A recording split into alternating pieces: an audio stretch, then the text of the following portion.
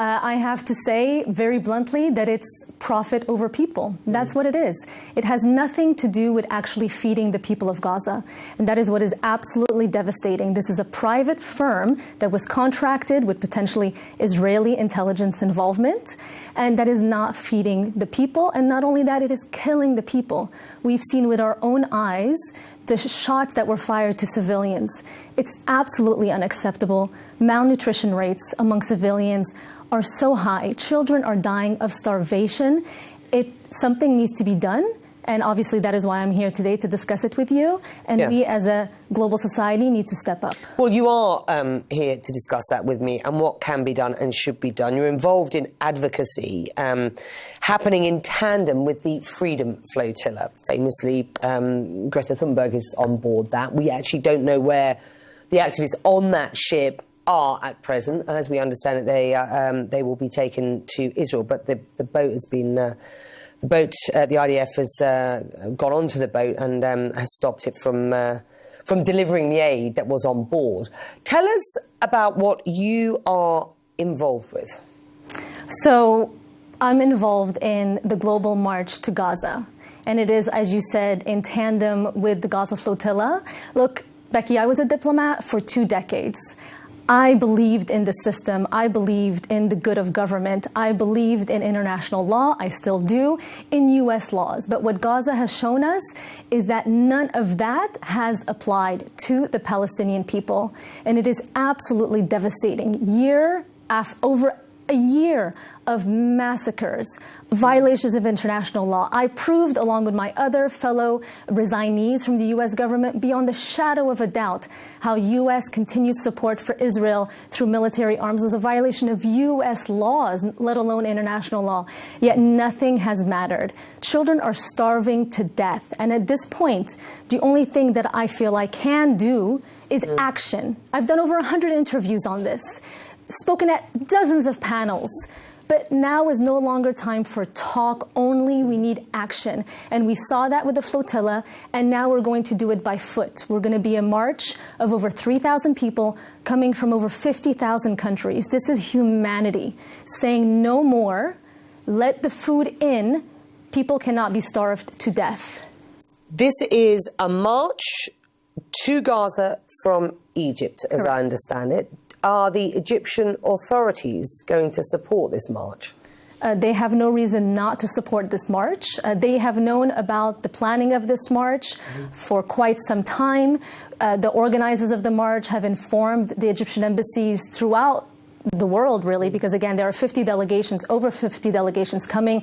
There have been meetings with Egyptian ambassadors. The Egyptian authorities have not said no. And to be quite frank, this is in line with everything that Egypt has been trying to do diplomatically, saying, let the aid in, ceasefire now. This is not at all undermining Egyptian authority. Quite the contrary. It's supporting their diplomatic efforts. There are critics, and you will have heard those critics, who say both the Freedom Flotilla and this march are publicity stunts. You saw the IDF call the flotilla a selfie yacht. If these efforts are unlikely to affect change, although you will hope that they do you understand that criticism, that these are just performative?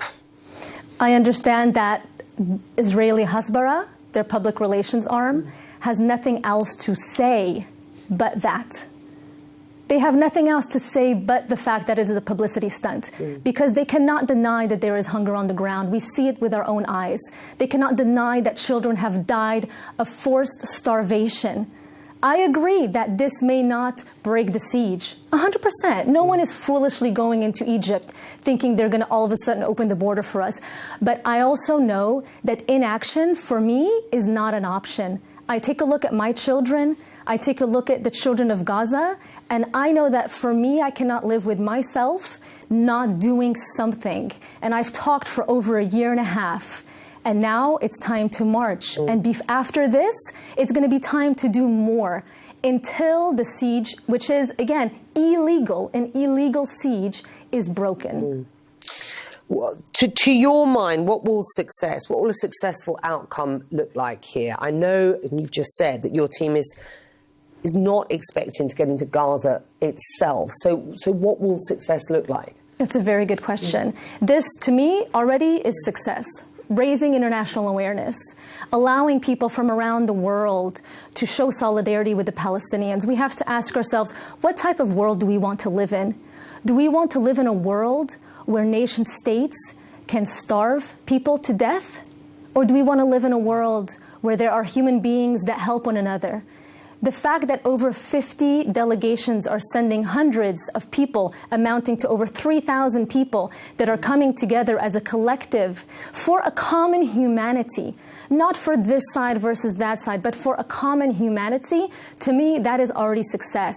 And I want to live in a world where that happens. And these sort of marches, you know, there is precedent for marches like this, raising awareness and shifting the needle on issues.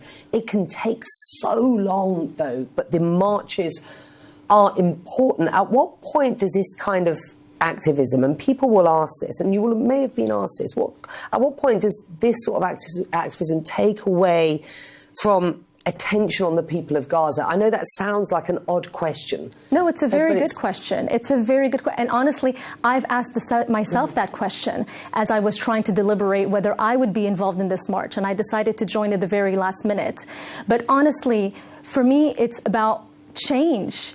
And governments are not shifting their policy. When I was on the inside, I tried to shift it with very rational legal arguments. It didn't change. When I was on the outside, I tried to shift it, again, based on legal, rational arguments.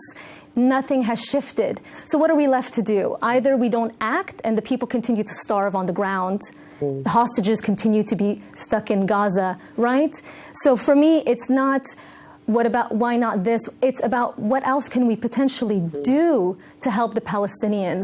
And I did reach out to Palestinians myself that are on the ground in Gaza, and I was told, please help, please come, do what you can. And once I heard that, my decision was made.